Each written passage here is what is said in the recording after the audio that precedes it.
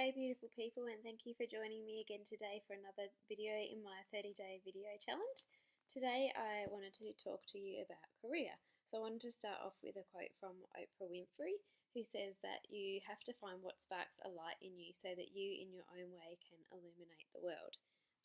So that's kind of really. So when I talk to you previously about what I do in my practice, I talk about secondary food and primary food, and how primary food are the things that we surround ourselves with that really impact our health, like our spiritual practice, our supportive relationships, the tribe that we've built up around us, how much home cooking we've got, our education, our social life, the physical activity that we have in our lives, and career is something that I've always mentioned. Now, I know that you can't always just go out and get your dream job. You may be limited by finances, you may be limited by time, you may be limited by location, and you can't just pick up your whole life and move it for just one person to change their career. So I know that sometimes those sorts of things are limited, but I just wanted to bring the awareness around about your career. So your career should be something that lights you up. It should be something that you can be your authentic self in. And if it's not, I can guarantee you that it will be draining your energy. It will be taking more out of you than it's putting in. And that is not something that you can really keep up forever. So there are two options. You can either look into your dream job and see if it's something that you can aspire to. So for me, my journey obviously took me to a place where I realised that pharmacy was not for me anymore, that it had a place in my life, and that it was the 22 years or so of experience was going to benefit where I ended up going, because obviously it's relevant to my health coaching. But for me, it was not something that resonated with me anymore, because it was not getting to the grassroots of the problem. It was handing out sometimes false hope or just band-aid solutions to things, and it was not something that, really rang true for me anymore. So, I was taken through my own journey, obviously, with improving my health through nutrition and making a bigger impact on my health and my health's journey with the changes that I made in my lifestyle and nurturing my mind, body, and soul, and changing my nutrition. That led me to then go, this is what I want to do for a living. I want to actually help other people to, stop them from going through some of the trauma and the hurt and the long drawn out annoyingness, frustration, and pain that I went through, and to really empower people to realize that they have it within them to create a life that they love. And I wanted to support people in doing that. So I looked into it. I found a course that really resonated with me, and the days that I had to spend on the couch because I wasn't feeling so flash, or that I had to rest up, like I used to work 2 days and then have a day off and then work another 2 days, and I really had to rest on that day in the middle, and I'll explain a little bit why I had to do that too later. But I had to rest on that day, and I found that really frustrating because my brain was still okay. It was just that my body really needed to rest, and I found that quite frustrating. But then I found this course that I could do online that actually could use my brain on that day off without physically fatiguing me, and could work towards something that I wanted to do and change in my life, which was to become a health coach. So it was pretty exciting for me.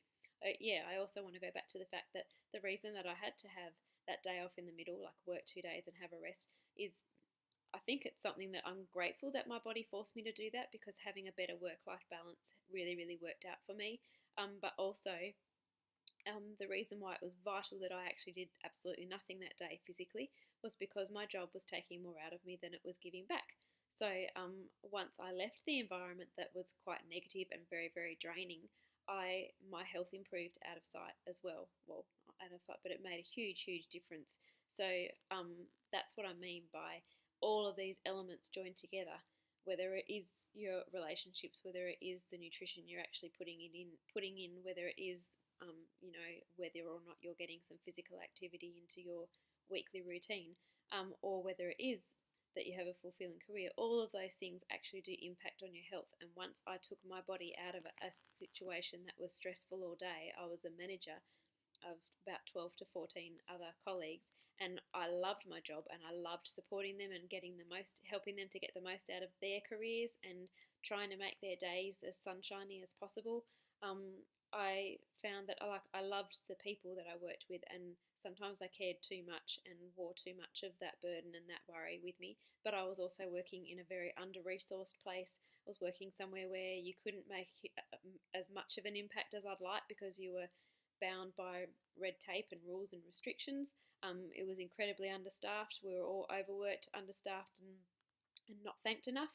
I made it my mission to make sure that I thanked people and valued them as much as I could, but all of that took energy away from me, and all of it was draining to be constantly putting out spot fires all day long. It was like you were just plugging a leaky boat all day, and that was draining for me. So I really had to get out of that situation. So I would encourage you that if you can aspire to your dream job, make those little changes, do it step by step, and try and see if you can get there so that you can put your light out into the world. If it's not a possible thing, the thing that you really, really kind of feel like lights your belly, see if you can find something that's similar that lights your belly. Find a creative possibility to be able to shine your light out there and find a fulfilling career that really lights your fire. And if not, if you're kind of bound to stay where you are, then that's probably where you are meant to be now, and the place that you are supposed to be, and you're there for a reason. But it doesn't mean you can't make that a place where you can be your authentic self and you can bring your own light into it. You can do that by building up the team around you, maybe doing little exercises where you all have to write to one another and tell each other what you value about each other. Whether that's that you create a social club and you make your team sort of get to know one another outside of work and humanize them a little bit more so that they all work better together when they're there. Maybe you make every Friday healthy cupcake day or something. I don't know. If you can bring some light to it, bring some of your personality into it, and make it your own, then you can do it in an authentic way. Or you can find another version of your job that you're still qualified to do, that may be in a more supportive environment, or may allow you to do a little bit more of the things that really light up your soul and make you feel passionate and excited and fulfilled.